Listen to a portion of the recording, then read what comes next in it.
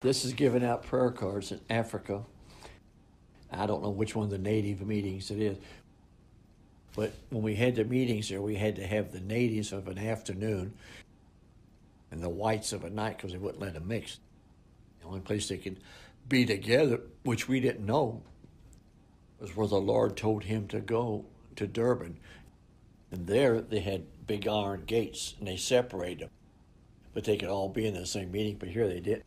They had the afternoon was the colored people, the blacks, and of a nighttime they'd go into the halls and have them. But they wouldn't let them come in the halls. We just had to have them in open fields. It was wonderful. That's Brother Julius Sutcliffe with me, helped me give out prayer cards. I was only 15 years old there. But you get to thinking there, the people you see them suffering, you want everybody to have a prayer card. And I'll have to be honest with you, I looked for the worst cases because I knew God was going to heal them.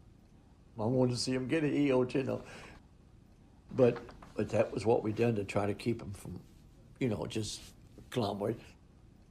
Because when they seen one person healed, they were just like, I don't mean it wrong, it's like cattle. They just stampede. They just come right to the platform. Man, they wanted to be healed too. And there was no stopping them because you couldn't get them, the time, you couldn't get them to understand what they had to do to receive it. It didn't make any difference to them, man. They seen that happen. They was ready. Then what he'd do after a little while, he'd bring one up like a cripple, and the Lord would heal him, or a blind, or deaf, or something like that. And then he'd say, now he'll do the same for you. Now, I can't lay my hands on you because there's too many of you, but you lay your hands on one another. And he said, do you believe? He did. Boy, he prayed one prayer in thousands. I mean, just instant.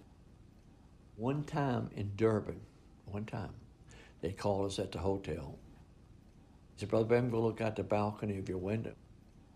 We went out there, and Daddy was staying in the same room. Went out there, and there were 7 of them big cattle trucks with old clubs and old cots and stretchers, and hundreds of people coming behind these 7 trucks singing Only Believe. Went right down through the whole streets of Durban. Yes, sir. But he said, when I went there, he said, God said, I give you all of South Africa. You can't go there nowhere unless they know him. That's right.